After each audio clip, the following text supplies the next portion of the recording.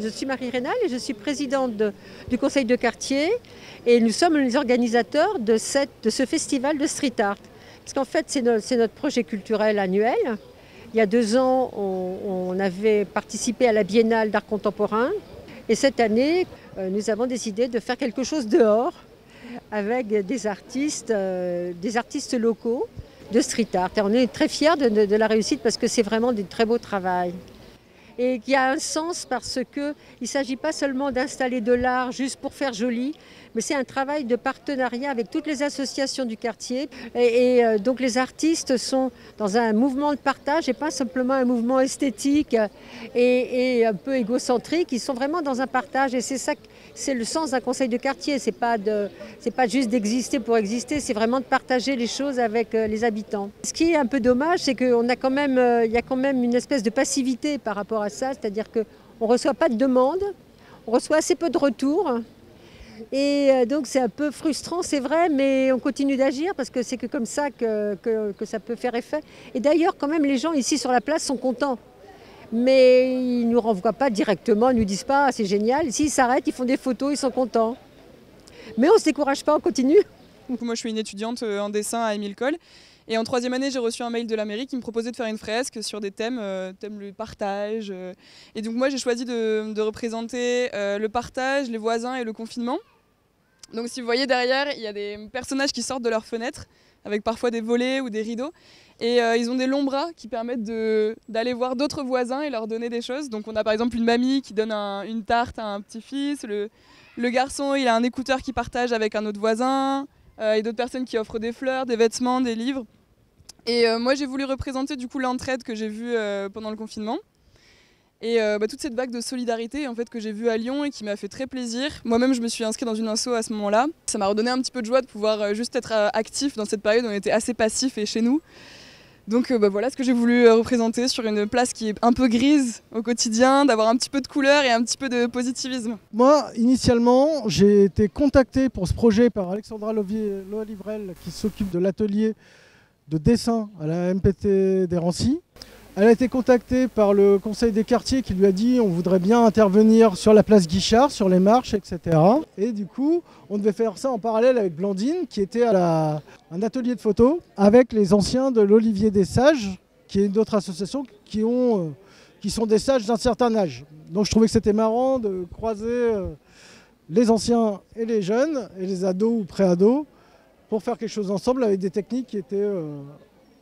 une qui est assez classique, la photo, et une qui est plus récente, la bombe à aérosol, etc. On a voulu respecter l'essence des marches, à savoir la verticalité, et aussi garder un peu l'aspect minéral. Il a plu, on s'est pris des grêlons, et que tout ce qui était photo est devenu plus éphémère que ce qui était street art, qui restera un peu plus longtemps. Et l'idée, en fait, c'était qu'il y ait plein de points de vue. On voulait que vous les voyiez d'en bas, mais si vous montez, vous verrez d'autres choses.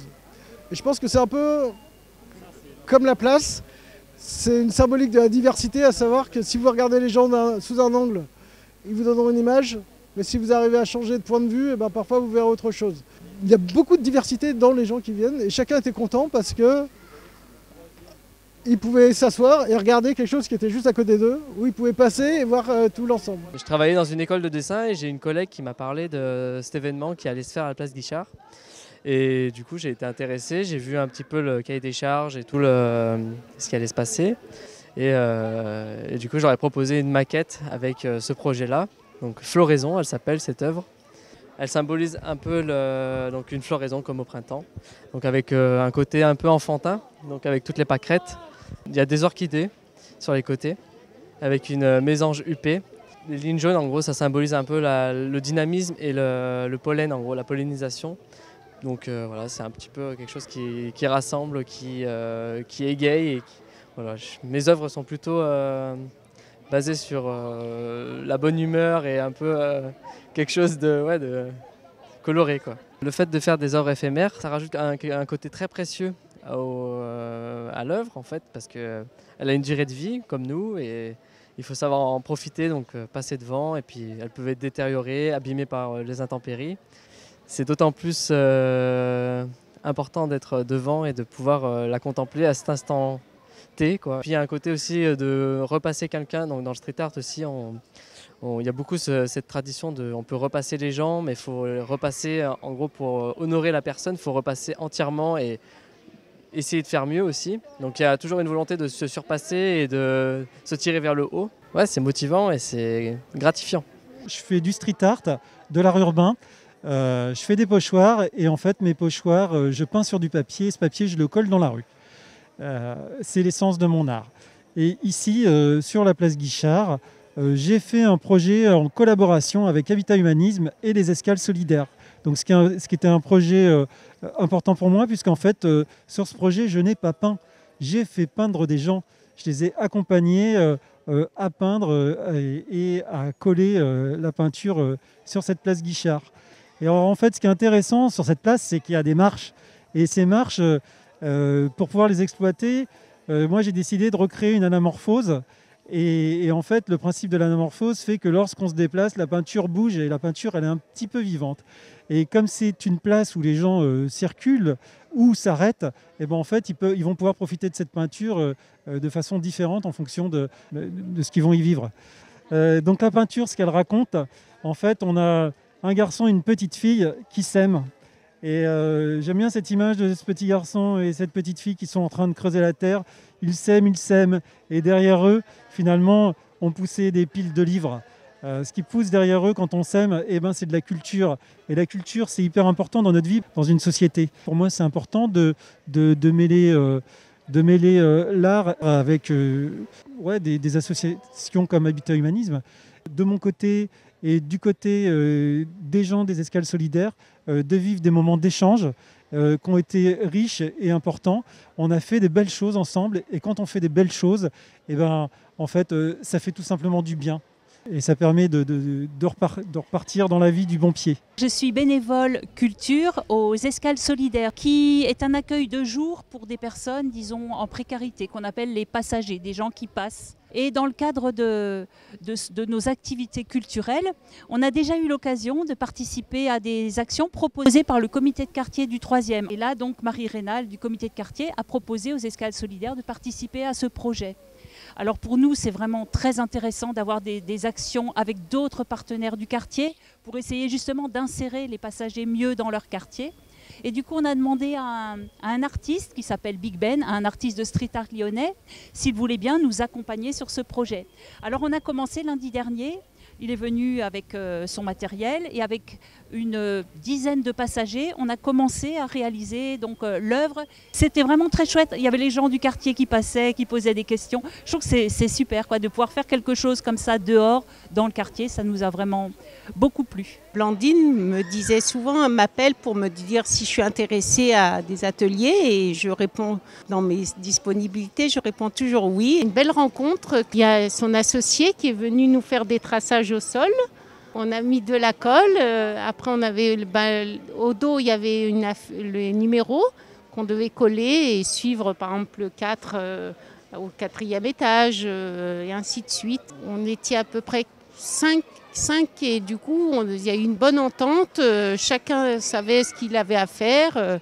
Après, on se partageait, un petit peu de colle, le papier, et tout était dans la bienveillance, un moment agréable. Je suis revenue et je l'ai vu de loin. Effectivement, je suis assez fière de moi, de ce que j'ai fait. Après, je pense que les autres, c'est pareil. On est très content d'être là aujourd'hui pour le vernissage de ces 2 œuvres de street art. Travailler sur ce projet-là, ça correspondait tout à fait à l'ADN des Escales, puisque l'idée ici, c'est de permettre aux habitants du quartier de se retrouver, de faire des choses ensemble, dans un environnement agréable. Il y a une quinzaine de personnes qui ont participé sur les différents ateliers, avec un noyau de 5-6 personnes qui ont participé à tous les ateliers. Et donc pour nous, c'est une vraie réussite. J'ai mission d'accompagner le conseil de quartier de préfecture Moncey dans l'évolution de ces jeunes artistes en tant que photographe. Généralement, les habitants avec qui on a des contacts, ça se passe toujours très bien. Parce qu'à partir du moment où on les met en valeur, à partir du moment où on montre ce qu'ils font et ce qu'ils font a de la valeur également aussi, bon, c'est plaisant. Et puis, de l'autre côté, c'est ce qui est agréable, c'est qu'on apprend à connaître d'autres gens, on apprend à connaître des métiers, on apprend à connaître les comportements et ça, c'est une richesse absolue. Nous, on a soutenu cette initiative du conseil de quartier via un financement qui s'appelle un financement APIC, donc qui est à l'échelle de la ville. C'est un endroit, la place Guichard, qui est le lieu de beaucoup de passages et qui en même temps est pas toujours tellement mis en valeur. Et on a trouvé que ce projet était formidable à la fois pour les habitants, pour les passants. Puis cet espace de marche, là, moi, je trouve ça, les gens s'y arrêtent. Ça rend le quartier vivant, en fait, aussi. À avoir, en plus des projets réguliers comme ça veut dire que c'est nettoyé régulièrement, qu'il y a un coup de frais aussi, il y a de la nouveauté. Ça invite les gens à s'asseoir, à s'arrêter, à échanger. Voilà. Et on est là pour ça, pour favoriser ce genre de situation.